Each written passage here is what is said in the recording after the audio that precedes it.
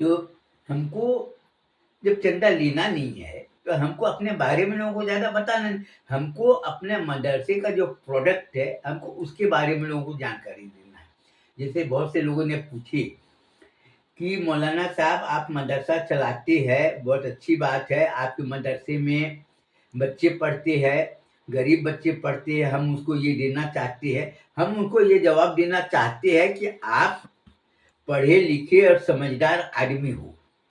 जब हमने आपको बता दिया कि मेहनत करने से जब हमको खाना पीना कपड़ा मिल जाता है तो हमको किसी के आगे हाथ फैलाने की जरूरत क्या है।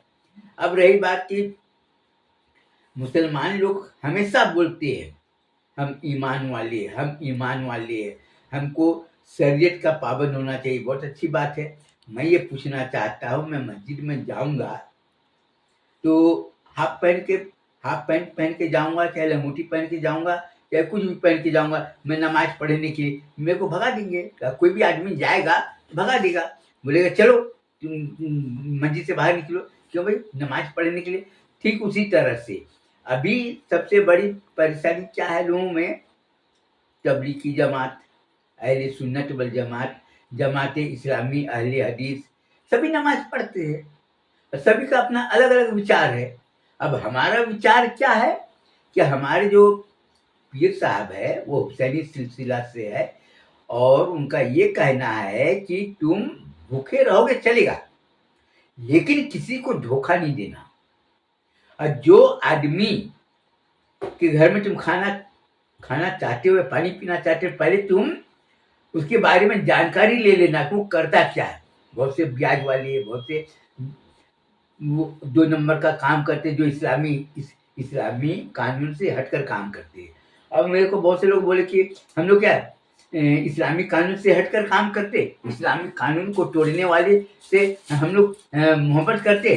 तो मैं बोला हाँ, मैं ये बोलना चाहता हूँ नागपुर में, अमरावती में, अकोला में, बुल्ढाना में, खामगांव में, और खामगांव के बारे में तो ज़्यादा नहीं बता सकता मैं, धुलिया में, मालेगांव में, पूना में जाकर देखो सब रोड जाम कर दो, आने जाने को तकलीफ। और किसी को अगर कुछ बोलो भी तो सीधे भौं एकदम हाथ अस्थिन ऊपर कर लेता और आंखें बड़े बड़ी, तुमको क्या करना, हम काम कर रहे ना, और लोगों ने रोके है ना, तो हम भी अपने दुकान रास्ते में लगा दिए तो क्या, रास्ता हुजूर का फरमान है कि आने जाने वाले को तकलीफ नहीं होना चाहिए। लेकिन यहाँ पर तो लोग तो दादागिरी करके दिखा रहे हैं। अरे और तो और नागपुर में तो हमको ये मालूम हुआ है कि लोग जो रोड के अपने दुकान के सामने में जो ठेला लगाते हैं उससे रोज 100 रुपया 200 रुपया रोज किराया वसूल करती है।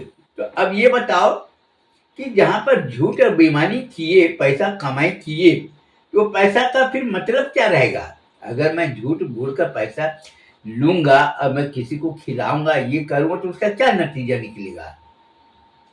और अपने मदरसे में पढ़ने वाले बच्चे को मैं एक बार नहीं कई बार मैं बोला हूँ कि आप लोगों को मालूम होगा 2022, 2023, 2024 और 2020, 19 कई कई रात भूखे सोए, क्योंकि हमारे पास में पैसा नहीं और हम हराम का काम करने वालों के आगे हाथ फैलाना नहीं चाहती। कोई बात नहीं, हर एक महीना में 2-4 दिन रात में भूखे सोए तो क्या बिगड़ गया? जब बच्चे लोग जब भूखे सोए तो मैं भी खाना नहीं खाया, जबकि हमारा खाना तो दूसरे के यहाँ से आता है, लेकिन हमने भी खाना नहीं खाया। तिवारी जी के यहाँ से हमारा डब्बा रोज आता है, हमने खाना नहीं खाया, हमने खाना का डब्बा लिए सवेरे दूसरे को दे दिए और हमसे पूछे क्या बात है मौलाना साहब ये खाना? मैं बोला मेरा तबीयत ठीक नहीं था इसलिए मैं खाना नहीं। मैं उसको क्या बोलता कि रात में बच्चे और लोग बड़ी बड़ी बात करते ना, तुम बाहर निकल कर देखो आदमी झूठ, अरे झूठ तो मजबूरी में कहीं कहीं बोला जाता है। आदमी तो इतना झूठ बोल रहा है कि झूठ सुनने वाले भी शर्मा जा रहा है। मेरे को शादी में नहीं जाने देते। क्यों नहीं जाने देते? क्योंकि वहां पर लोग इस्लाम के खिलाफ ही काम करने वाले मिलेंगे, दिखेंगे, पहनावा कैसा, ये कैसा, वो कैसा।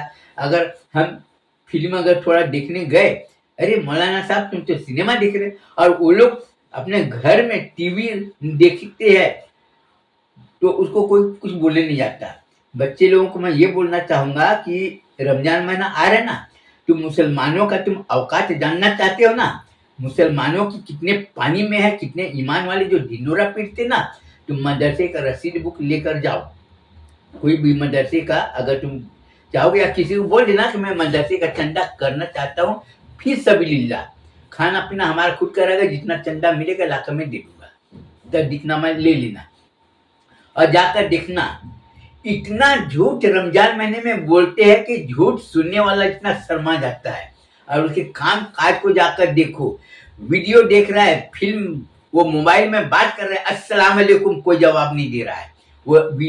वो वीडियो में, वो मोबाइल में, वो कोई भी गेम होगा या फिल्म देखता होगा या कोई सीरियल देखता होगा, उसको सुनाई नहीं दे रहा है। और बड़े बड़े दुकानों में जाओ, शाम को आना, सेठ जी घर में नहीं। अरे साले हरामी, नहीं तो सेठ जी घर में नहीं है तो तू तो है ना, सेठ जी को बोल देता है कि ये पिछले साल जो चंदा देते ना, वो रसीद मिला लेना और उसको दे देना।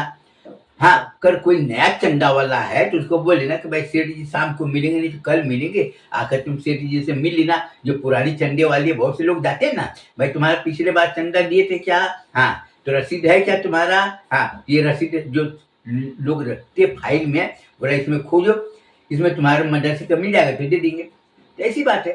लेकिन वो लोग बहाना देखो, और उसके बाद में झूठ तो बोलते ही है, आदमी को 3-4 बार दौड़ाते हैं और उसके बाद में बोलते हैं कि तुम तो नए हो, हाँ नए वाले को हम लोग चंदा नहीं देते।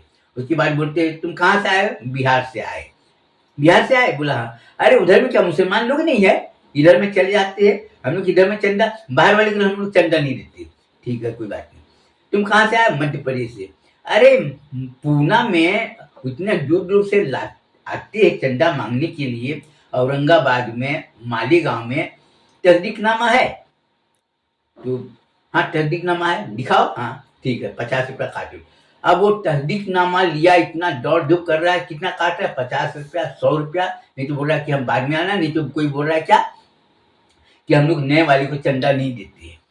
दूसरी सबसे बहुत जरूरी चीज है, मैं बता रहा हूँ भाई, तुम्हारे पास में तस्दीकनामा मालेगांव का है, नहीं मालेगांव का नहीं, औरंगाबाद का है। औरंगाबाद का तस्दीकनामा नहीं चलेगा, मालेगांव का तस्दीकनामा तो आओ। अब औरंगाबाद गए तो बोले तुम्हारे पास में तस्दीकनामा है, हाँ पूना का है, पूना का नहीं चलेगा। फिर जाओ बीड, उस्मानाबाद जाओ, सोलापुर जाओ, तस्दीकनामा हमारे पास में औरंगाबाद का है, पूना का, अरे उधर का नहीं चलेगा, यहाँ का तस्दीकनामा लाओ। तस्दीकनामा में भी इतना लंबा चौड़ा कानून ऐसा सख्त बना है, जैसे पासपोर्ट बनाने में भी उतना परेशानी नहीं होता लोगों को, जिस तरह से लोग बात कर रहे हैं। अब मैं पूछना चाहता हूँ, भैया तस्दीकनामा क्या होता है ये बताओ। तस्दीकनामा लेने के लिए अब तुम तस्दीकनामा दे रहे हो तो औरंगाबाद का तस्दीकनामा मालीगांव में नहीं चलेगा या उस्मानाबाद में नहीं चलेगा। इसका मतलब कि औरंगाबाद वाला जो तस्दीकनामा है वो मुसलमान नहीं है, ईमान वाला नहीं। हर जगह का, हर जिले में अपना अलग अलग तस्दीकनामा की ये नौटंकी बना कर रखी लोगों ने कि हर जहां पर जाओ तस्दीकनामा लाओ। यहाँ गुजरात जाओ तस्दीकनामा लाओ, मदरसे मस्जिद में तो लिखा हुआ बिना इजाजत चंदे का ऐलान नहीं कर सकते, बिना तस्दीकनामा का तुम चंदा किसी से ले नहीं सकती। सारा अजीब कानून है। अभी तो मेरे को तो समझ में नहीं आया। अब रही बात कि मेरे को तो कोई लेना देना है नहीं, हमारा तो बॉन्ड है 1000 रुपया, 5000 रुपया, अपना ये काम करो। अब हम आपको पहले बता चुके हैं कि देखो, कोई भी आदमी हो इस संसार में, कहीं कोई भी देश का रहने वाला हो, हम अपने भारत देश में रहने वाले, सबसे बड़ा होता है शिक्षक, शिक्षा, संस्कार और सिद्धांत। जिसके पास में शिक्षा नहीं वो अंधा आदमी है, और जिसके पास में सिद्धांत और संस्कार नहीं है वो एक जानवर, और वो दोनों में कोई फर्क नहीं आएगा। क्योंकि जहाँ पर संस्कार नहीं होगा, सिद्धांत नहीं होगा, वो आदमी से हमेशा दूर रहना चाहिए। काला सांप उतना खतरनाक नहीं जितना खतरनाक संस्कार और सिद्धांतहीन आदमी है, उससे हमेशा दूर रहो। मैं आपको और एक बात बताना चाहता हूं कि अगर आपको कभी मौका मिले कि एक कमरे में अगर सांप हो और दूसरे कमरे में संस्कारहीन और सिद्धांतहीन आदमी रहता हो, तो जिस कमरे में सांप रहता है वहां पर भले आराम कर लेना, लेकिन संस्कारहीन और सिद्धांतहीन आदमी के कमरे में कभी जाना मत। और मैं ये बोलना चाहूंगा कि संस्कारहीन और सिद्धांतहीन आदमी से हमेशा दूर रहना। शेर उतना खतरनाक, शेर को एक बार हाथ जोड़ोगे ना तो एक बार उसको भी रहम, लेकिन संस्कारहीन वो कभी रहम नहीं करेगा और हमेशा नुकसान हुआ है। और मैं मदरसा चलाता हूँ और हमारे मदरसे में करीब 6,500 बच्चे पढ़ रहे, और हमने सबको चेतावनी दी है कि अगर तुमने हमारा कोई भी आदेश का उल्लंघन किया तो मैं तुम्हारी जिंदगी बर्बाद कर दूंगा। अब हमारे मदरसे के बच्चे लोग क्यों डरते हैं? क्योंकि उसको नौकरी नहीं मिलेगा ना।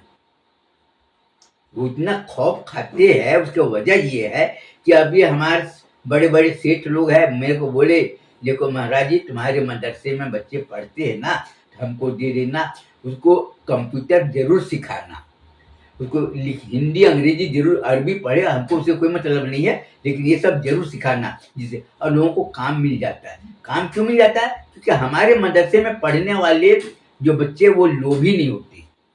जहां पर लोभी नहीं होता और विश्वासघाती नहीं होता, वहां पर तुम कहीं पर भी जाओगे तो तुम्हारा हर जगह वो सम्मान करेगा। और आदमी का सम्मान, आज लोग मेरे से बोलते हैं ना ये मौलाना आखिर में क्या मंत्र पढ़ता है कि ये मौलाना की बात को सब लोग सुनते हैं। ये महाराष्ट्र का पुलिस वाला है, PSI है, PI है, वो मेरे को मालूम क्या बोले कि मौलवी साहब कोई भी आदमी अगर हम लोग पकड़ते हैं तो सबसे पहले उसका बैकग्राउंड चेक करते कि उसका पिछला जीवन का वो क्या है, आपराधिक कार्य में लिप्त है या नहीं है, पहले उससे पता करते, रंग रूप से नहीं पता करते। लेकिन आज तुम्हारे मुस्लिम समाज के लोग खुद अपराध कार्य में इतने लिप्त है कि कानून को लोग ठेंगा दिखा देते हैं। आज आप खुद जाकर देख लो ना, झूठ कितना बोल रहे हैं, बेईमानी कितना कर रहे हैं। आज कई लोग तो बोलने को तैयार नहीं। मैं बड़े बड़े आलिम से मैं यही बात पूछा कि आलिम लोग है ना, मस्जिद में नमाज पढ़ाते हैं, इमाम साहब से मैं पूछता, इमाम साहब हमको ये बताओ कि जो आदमी किसी का पैसा बेईमानी करके हड़प कर लिया और वो आदमी मस्जिद के लिए चंदा दे रहा है, वो जायज है क्या? तो मैंने क्या बोलता है, उसका ईमान उसके साथ। सारे ये कहाँ खा गए, उसका ईमान उसके साथ में। अरे हम जो पूछ रहे हैं उसका बताओ। अब रही बात कि मौलाना साहब मस्जिद में जुमे का दिन ऐलान करते हैं, मन वो क्या उसको बोलते हैं, हदीस सुनाते हैं, अल्लाह के रसूल ने ये फरमाए, अल्लाह के रसूल ने ये फरमाए। अबे तो तेरा बाप का क्या लगता है, अल्लाह के रसूल ने फरमाए तो तू काय को रो रहा है? मैं तो तुमसे ये पूछ रहा हूँ, पहले ये बता कि तू हलाल की कमाई खा रहा है और गलत लोगों के साथ में रह रहा है, ये फरमाया क्या? इतनी बोल रहा है। मैं जो पूछता हूँ बात को घुमा देता है। अब सब लोग बोलते हैं कि ये महाराज जी है, इसका नाम पंडित अजय नारायण मिश्रा है, इसका बाप का नाम सोनू प्रसाद मिश्रा है। ये मेरे से बोलते तुम उर्दू अरबी जानते क्या? नहीं। तो फिर तुमको क्या समझ में आएगा? इन्नल्लाह मा साबरीन।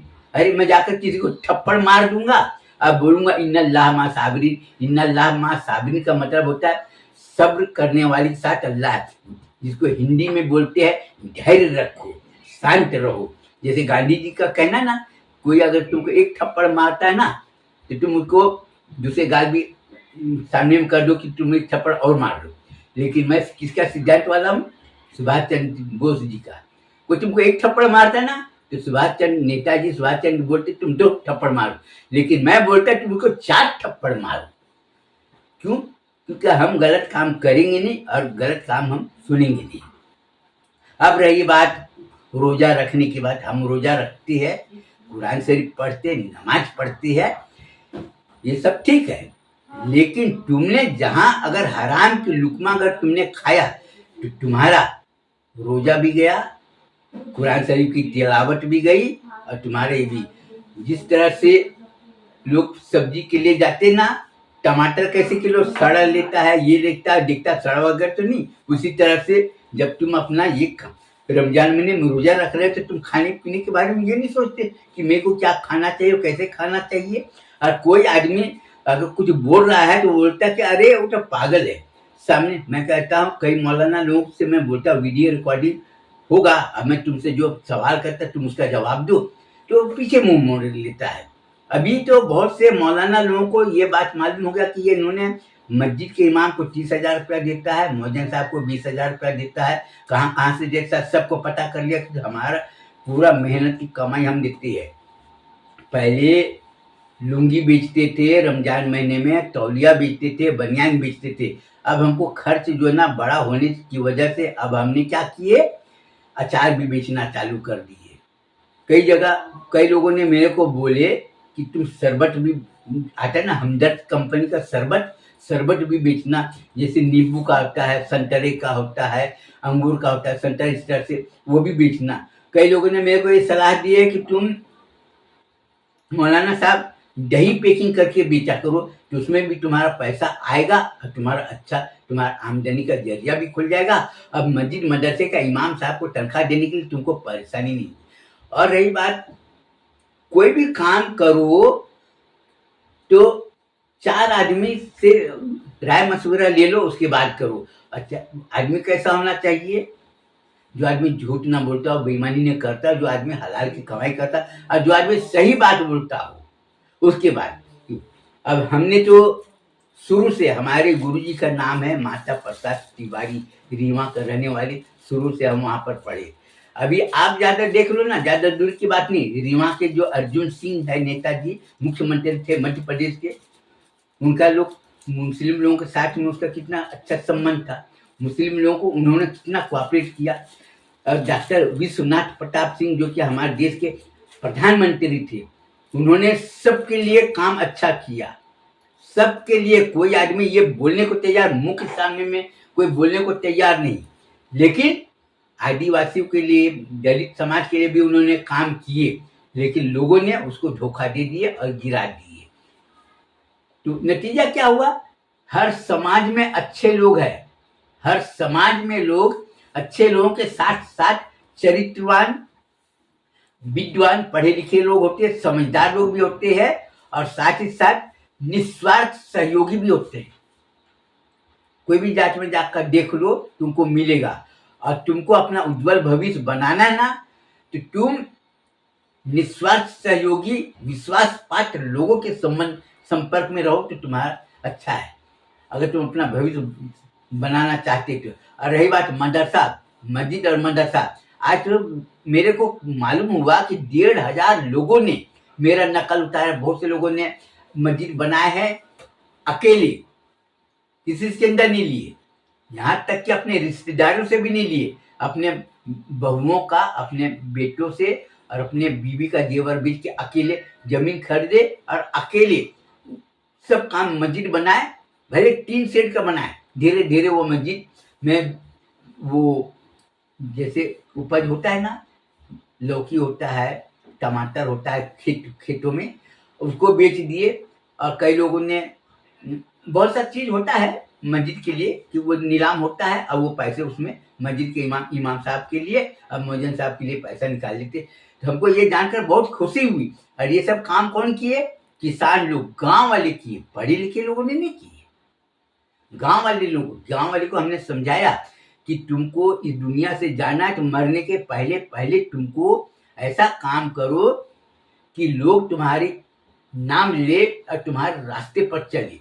तो हमको लोगों ने बताया कि मौलाना साहब, हमने तुम्हारे मस्जिद और मदरसे का जो कार्यशैली है, काम धाम देखा हमने, तो वही देखकर हम लोगों ने भी अपना ये किए।